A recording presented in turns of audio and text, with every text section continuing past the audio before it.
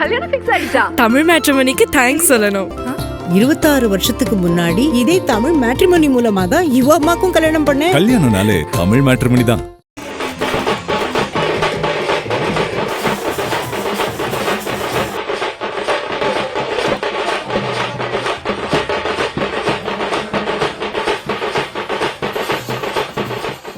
அரசியல் இதுதானா, நடப்பது சரிதானா, கேள்விதான் கேட்க போனா. திருவண்ணாமலைக்கு போன முதலமைச்சர் மு.க. ஸ்டாலின் அங்க இருக்கிறவங்க எல்லாம் பார்த்து நீங்க இந்த ஊரு நீங்க இந்த ஊரு அப்படின்னு கேட்டிருக்காரு. இவர் தானே வேற ஊர்ல இருந்து வந்திருக்காரு. கரெக்ட் தான். ஆனா அவர் இந்த கிரிவல பாதை இருக்குல்ல, அந்த இடத்துல வாக்கிங் போயிருக்காரு. அப்ப அவரை பாக்குறதுக்கு ஆர்வமா நிறைய ஊர் மக்கள் எல்லாம் அவர்கிட்ட செல்ஃபி எடுக்கலாம் அப்படின்னு வந்திருக்காங்க. அப்ப நீங்க எந்த ஊரு அப்படின்னு கேட்டிருக்காரு. ஓ அப்படி.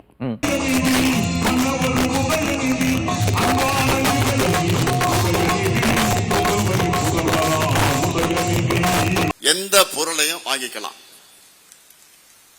உங்க ஊர்ல உங்களுக்கு விருப்பமான கடையில உங்களுக்கு பிடிச்ச கம்பெனி பொருளை வாங்கிக் கொள்வதற்கான coupon. Washing machine, fridge, TV, grinder, microwave அவன், இண்டக்ஷன் ஸ்டவ், உங்களுக்கு என்ன வேணுமோ வாங்கிக்கலாம். புதுசா வாங்கிக்கலாம், பழைய பொருளை கொடுத்துட்டு எக்ஸ்சேஞ்ச் பண்ணிக்கலாம்.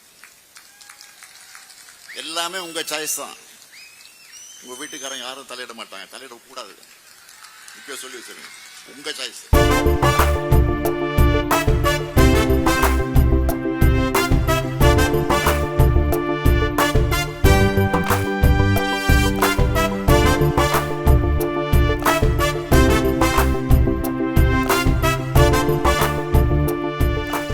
அடுத்த முதலமைச்சர் யார் அப்படின்னு ஒரு போட்டி நடக்குது. அந்த போட்டிக்கு நடுவுல அடுத்த எம்ஜிஆர் யாரு அப்படின்னு ஒரு போட்டி நடந்திருக்கு. அப்படி ஒரு போட்டி நான் கேள்விப்படவே இல்லையே. அங்க பாருங்க, திருநெல்வேலியில தூத்துக்குடிக்கெல்லாம் விஜய் தேர்தல் பிரச்சாரத்துக்காக போனாரா? என்னது, விஜய் வீட்டை விட்டு வெளியே வந்தாரா? நீங்க என்னதான் தடை போட்டாலும் அவர் 4 ஊர்லயாவது 4 நிமிஷம் பேசாம போக மாட்டாரு. தடைகளை உடைச்சிட்டு வருவார். நம்ம டிவிக்கு ஆட்சி அமைஞ்ச உடனே பெண்கள், இளைஞர்கள் எல்லாருமே நல்லா இருப்போம், நல்லா இருப்போம், நல்லா இருப்போம். விவசாயிகள், மீனவர்கள், உழைக்கிற மக்கள் எல்லாருமே நல்லா இருப்போம், நல்லா இருப்போம், நல்லா இருப்போம். இன்னும் பல வருஷத்துக்கு நம்மளுடைய குடும்பங்கள், நம்மளுடைய சந்ததிகள், நம்மளுடைய தலைமுறைகள் எல்லாருமே நல்லா இருப்போம், நல்லா இருப்போம், நல்லா இருப்போம். அதான் தலைமை செயலாளர், டிஜிபி, உளவுத்துறை எல்லாத்தையும் மாத்துறாங்களே, அப்புறம் என்ன? சரி, என்ன விஷயம் அதை சொல்லுங்க. யார் அடுத்த எம்ஜிஆர் அந்த விஷயம் தானே. அதாவது திருநெல்வேலியிலிருந்து தூத்துக்குடி போகும்போது விஜயோட வண்டியை பாத்தீங்களா? எல்லாரும் துள்ளி குதிச்சு தாவுறாங்க, பறக்குறாங்க, பூத்தூவி வாழ்த்துறாங்க, மாலைகள் போடுறாங்க. தாவேக தலைவர் விஜய் எம்ஜிஆர் மாதிரி கருப்பு கண்ணாடி போட்டிருக்காரு. Note that. அது வெயிலுக்கு கூலிங் கிளாஸ் போட்டிருப்பாரு. எம்ஜிஆர் அளவுக்கு கொண்டு போய் விட்டுருக்கீங்க. சரி, இதை நீங்க நம்பல. வேளச்சேரியில அதிமுக பொதுச் செயலாளர் எடப்பாடி பழனிசாமி பிரச்சாரம் பண்ணியிருக்காரு. பார்த்தேனே, மேலதாளம், ஆட்டம் பாட்டம் கொண்டாட்டமா இருந்துச்சே. வேளச்சேரி தொகுதி வேட்பாளர் அசோக் எடப்பாடி பேசி முடிச்ச உடனே அவருக்கு எம்ஜிஆர் கண்ணாடி போட்டு எம்ஜிஆர் பாட்டியை கட்டி பிடிச்சி ஒரு போஸ்டர் ஃபேமஸா இருக்குமே, அதே மாதிரி எடப்பாடிக்கு கண்ணாடி போட்டு முத்தம் கொடுத்து ஸ்கோர் பண்ணியிருக்காரு. ஓஹோ, கருப்பு கண்ணாடி போட்டா அவங்க எல்லாரும் எம்ஜிஆரின் அரசியல் வாரிசுகள், இப்படித்தான் புதுசு புதுசா கிளப்பி விடுறீங்களா? மக்களை காப்போம், தமிழகத்தை மீட்போம். மக்களை, தமிழகத்தை, மக்களை, தமிழகத்தை, மக்களை, தமிழகத்தை. ஸ்டாலின் மாடல் அரசு, ஃபெயிலியர் மாடல் அரசு. Bye bye Stalin. நன்றி, வணக்கம்.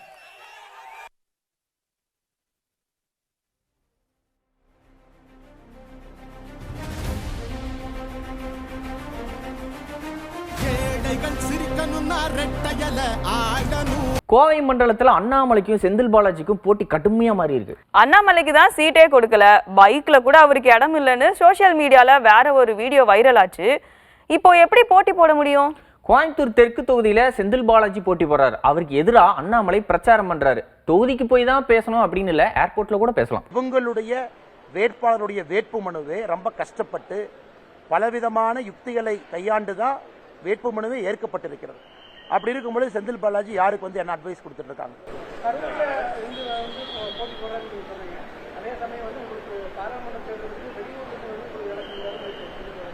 ஆனால் செந்தில் பாலாஜி புரிஞ்சுக்கணும், பாராளுமன்ற தேர்தல் எந்த தேர்தலாக இருந்தாலும் நாம யாரையாவது கூப்பிட்டு வேலை செய்யுங்கன்னு சொல்கிறோமா? வாலண்டியர்ஸ் பக்கத்து தொகுதியிலேருந்து இங்கே வந்து வேலை செய்கிறாங்க. அது அரசியல் எல்லா பக்கம் நடக்கிறது. வானதி சீனிவாசன் அவர்களுக்கு கோயம்புத்தூர் வடக்கு தொகுதியில் வாலண்டியர்ஸ் நிறைய பேர் வந்து சின்ன பசங்க இளைஞர்கள் வேலை செய்யத்தான் போகிறாங்க. ஆனால் கரூரிலிருந்து ஆளை கொண்டு வந்து இந்த பாக்கெட்டில் பணத்தை இந்த பாக்கெட்டில் பணத்தில் வீதி வீதியாக நடந்து போய் உங்களுக்கு 200 உங்களுக்கு 500 பிடிங்க, உங்களுக்கு குண்டா வேணுமா அண்டா வேணுமா ஸ்மார்ட் வாட்ச் வேணுமா பிடிங்க அப்படின்னு மொத்தமாக கோயம்புத்தூர் திராவிட முன்னேற்ற கழகத்தை குத்தகைக்கு எடுத்திருப்பது யார்?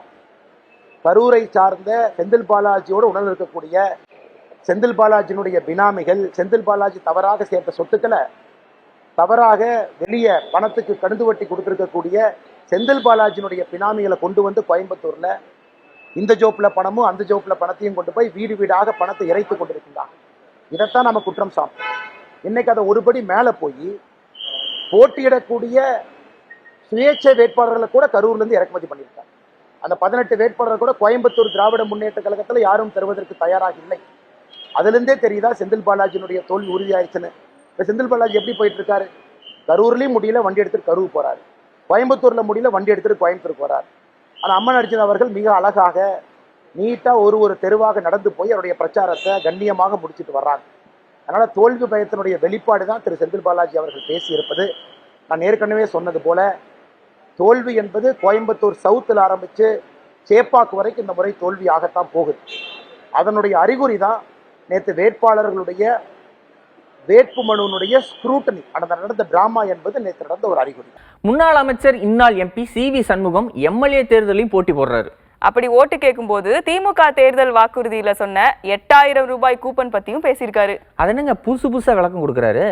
அம்மாவுடைய ஆட்சி எடப்பாடியார் தலைமையில் அமைஞ்ச உடனே இந்த 5 ஆண்டு காலம் இந்த தமிழ்நாட்டு மக்கள் பட்டிருக்கிற இந்த விலைவாசிகள் பட்டிருக்கிற கஷ்டங்களை போக்குகிற விதத்துல ஆறுதலாக ஒரு முறை மாசம் நினைச்சுக்க போறாங்க.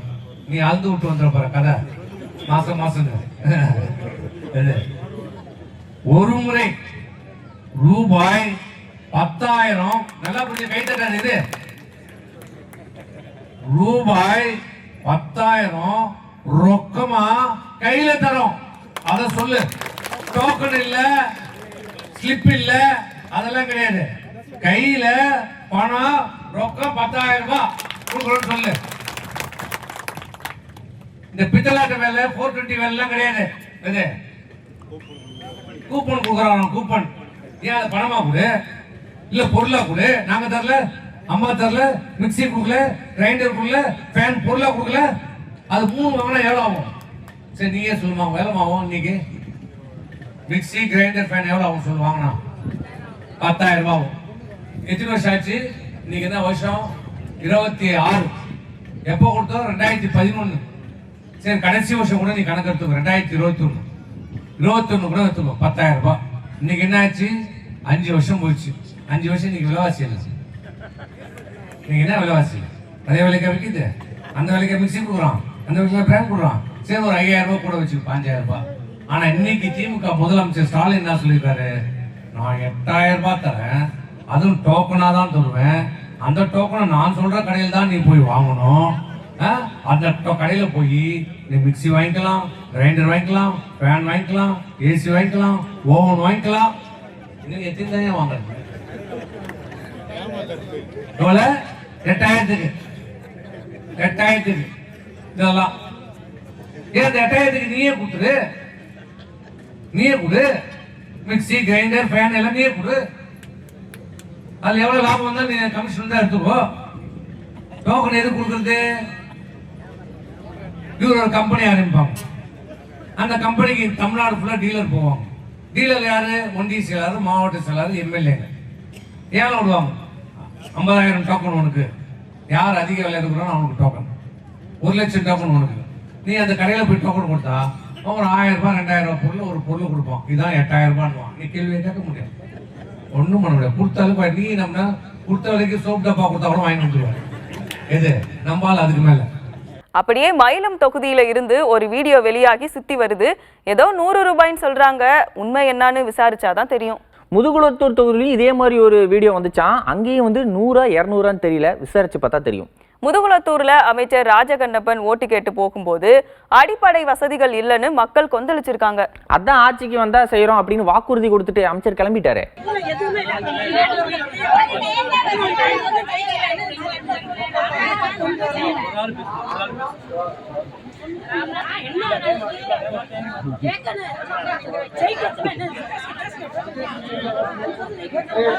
ஓட்டு போடுங்க,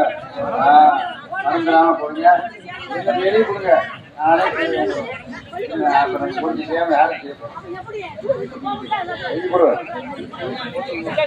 திமுக மேல அதிமுகவும் அதிமுக மேல திமுகவும் புகார் சொல்றது சகஜம் தானே. அப்படியே திருச்சி மேற்கு தொகுதியில திமுக கொடி அனுமதி இல்லாம நடப்பட்டிருக்குன்னு அதிமுக போராட்டம் நடத்தியிருக்காங்க.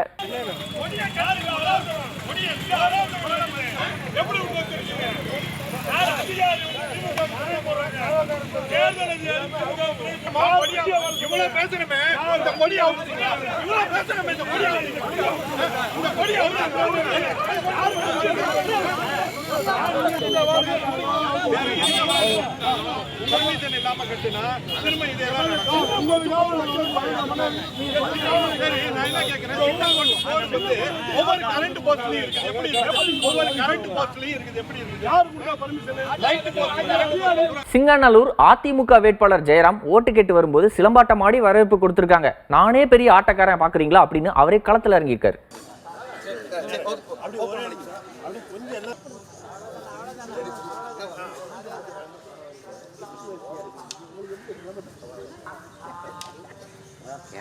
ஐயா ஐயா ஐயா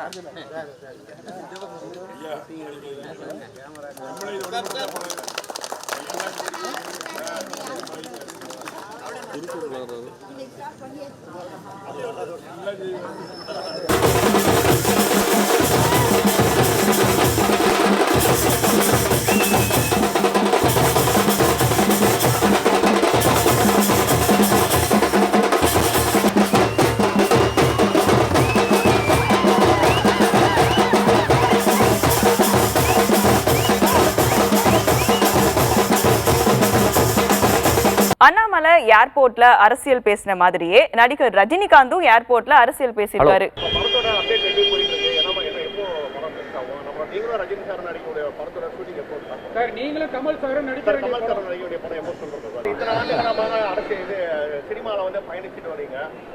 நடிகர்கள் நிறைய அரசியல் தலைவர்களா பார்த்துருக்கீங்க.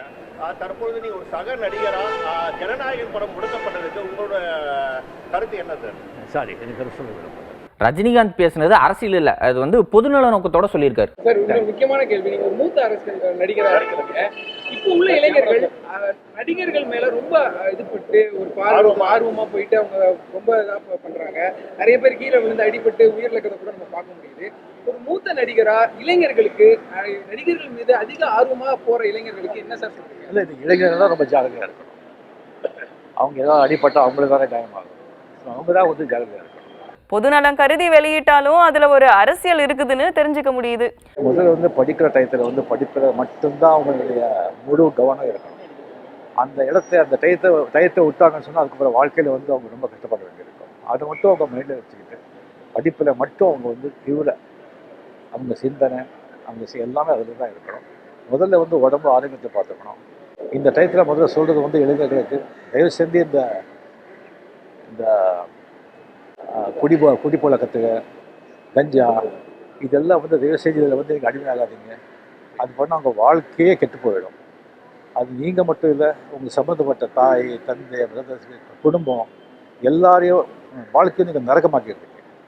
ஸோ அதில் மட்டும் நீங்கள் வந்து யாராவது அப்படி உங்களுக்கு நண்பர் கிடைச்சா அந்த நண்பர்கிட்ட அவங்க கிட்ட வந்து கிட்ட கூட போகாதீங்க, தூரம் இருங்க. தேங்க்யூ.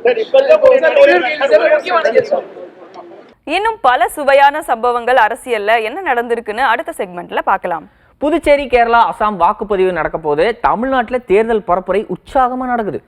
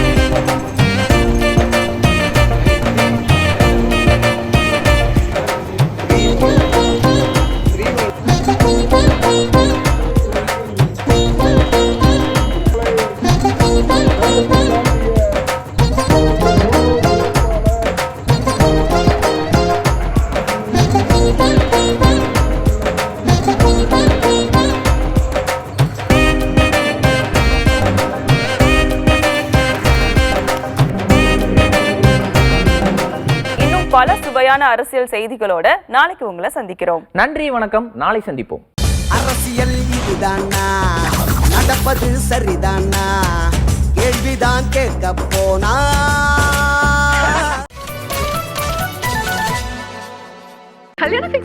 தமிழ் மேட்ரிமோனிக்கு தேங்க்ஸ் சொல்லணும்.